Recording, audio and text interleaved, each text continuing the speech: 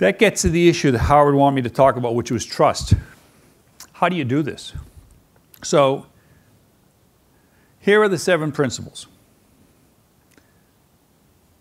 Now, trust isn't something that just because you work for Bechtel or any other Marine Corps, whatever it is, it becomes automatically. You earn it. And there's a price of admission to what you do. And so when you come into an organization, you're not automatically, or you should not be automatically accepted as one of the team. You have to work your way into the process.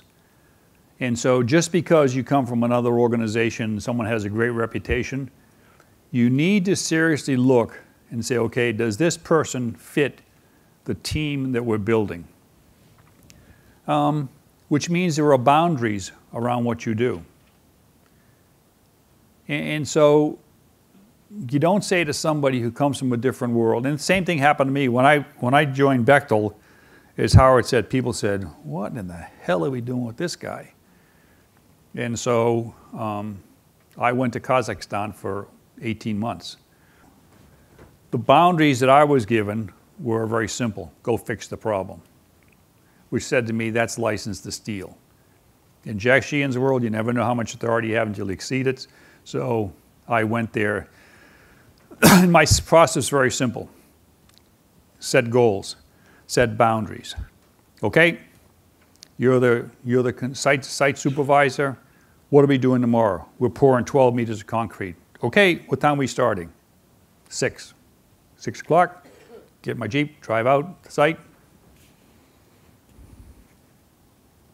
I thought we were pouring concrete at 6. The concrete truck was late. You know, the dog ate my homework, couldn't find the plans. Okay, end of the day, what happened? We poured 4 meters of concrete. What happened? Dog ate my homework, the concrete truck was broke, yuck, yuck, yuck, yuck. Okay, what are we doing tomorrow? We're pouring 12 meters of concrete. Now, you immediately know that they can't do 12 yesterday, they aren't going to do 12 tomorrow, whatever it is. So you get out there next morning, 6 o'clock, 6:20, the truck's not there yet. At the end of the day, they don't pour the concrete, so you say, site manager, hey, come here. 2 days in a row, you have major targets. I didn't make these up. You told me you were going to do it. I can't trust you. Get on the bus. Go back to the UK. You can't fire me. I just did. Get out of here. Turn the job over to the deputy. And invariably in every organization, there's somebody who's beneath that person who's a non-performer who wants to do the right thing. Give that person a chance. The other things you do are very simple. I mean, we had this discussion yesterday about what happens to a director that comes on the floor of a plant. I come from the school that says, if you're the senior guy, you are always seen. So my rule was, after I got done working out at 4:30 or 5 o'clock, I'd go to the mess hall. I'd eat with the workers. I knew how many calories they were taking. I knew what they needed because at that particular time of the year it was minus 10 in Tengiz. I ate the same food that they did, talked to 1 or 2 of them, but I was always seen. 2 o'clock in the morning, I'd go to the clinic because there's supposed to be a doctor on duty. Doctor wasn't there, I'd wake everybody up. Say, hey, where's the doctor? Well, he's asleep. What's he supposed to, what are we paying him to do? He's supposed to be in the clinic. Get his ass into the clinic. And oh, by the way, you're a supervisor. I want you to sit with him for a week. So there are consequences for not doing what you want to do. Now, I'm not talking about being a full-time jerk. Obviously, what you have to do is provide reinforcement to people who are doing well, but conversely, consequences for people who are not performing. Not performing, not because of any other reason, because it's affecting the people who are doing the work. You can't ask a Turk or a Russian to come to work in a place that's unsafe. You can't ask anybody to go to work at minus 10 without enough calories in their system to keep from becoming hypothermic. And what happens is, if you don't do these kinds of things, the managers who are supposed to do that, you give them a chance to say, look, this is your work crew. Why aren't you there? And if they give you an excuse, that you know is bullshit, you say, get on the bus. I don't need you. I can find a Russian who is both cheaper and more interested in his own people than you. Trust is tough.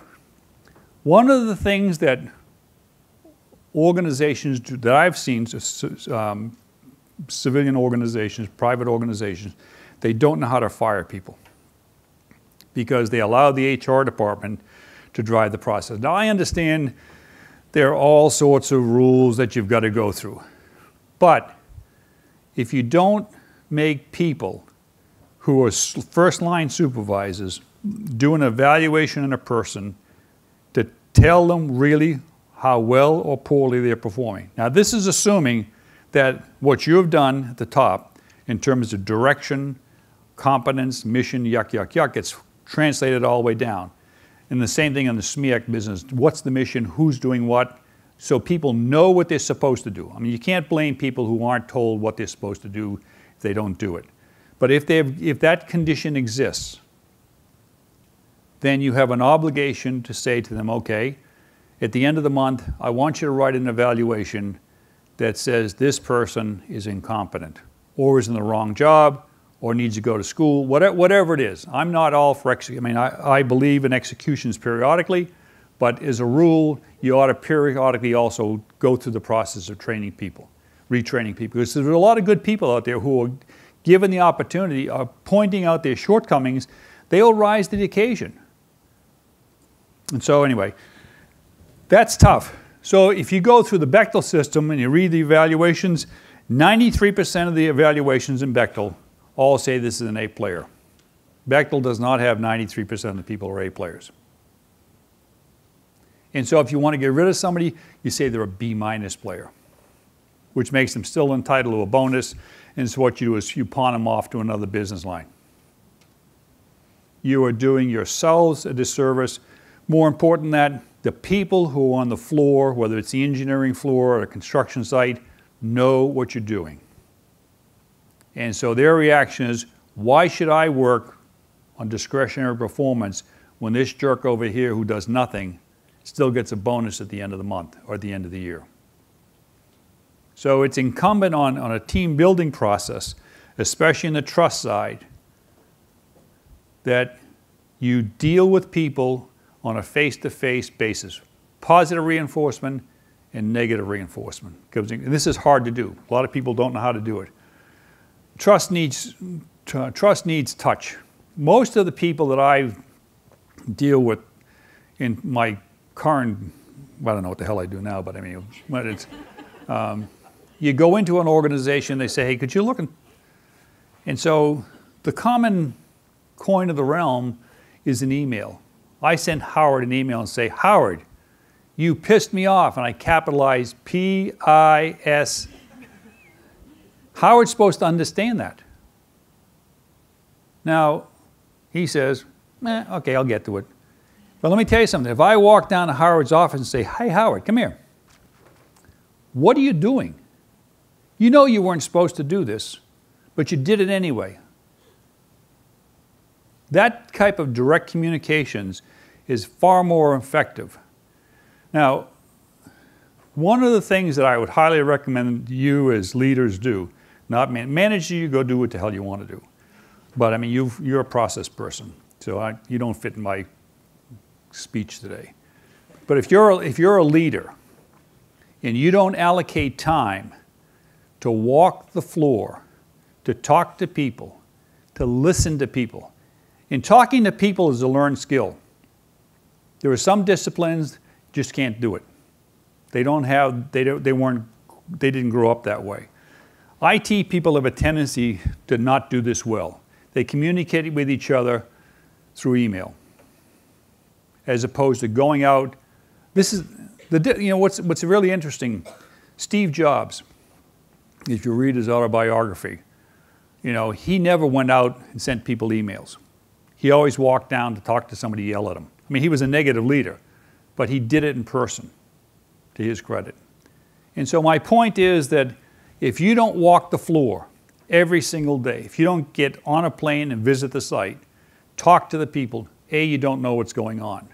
then people don't connect what you're trying to do, because you always have the opportunity to educate, inform, and lead.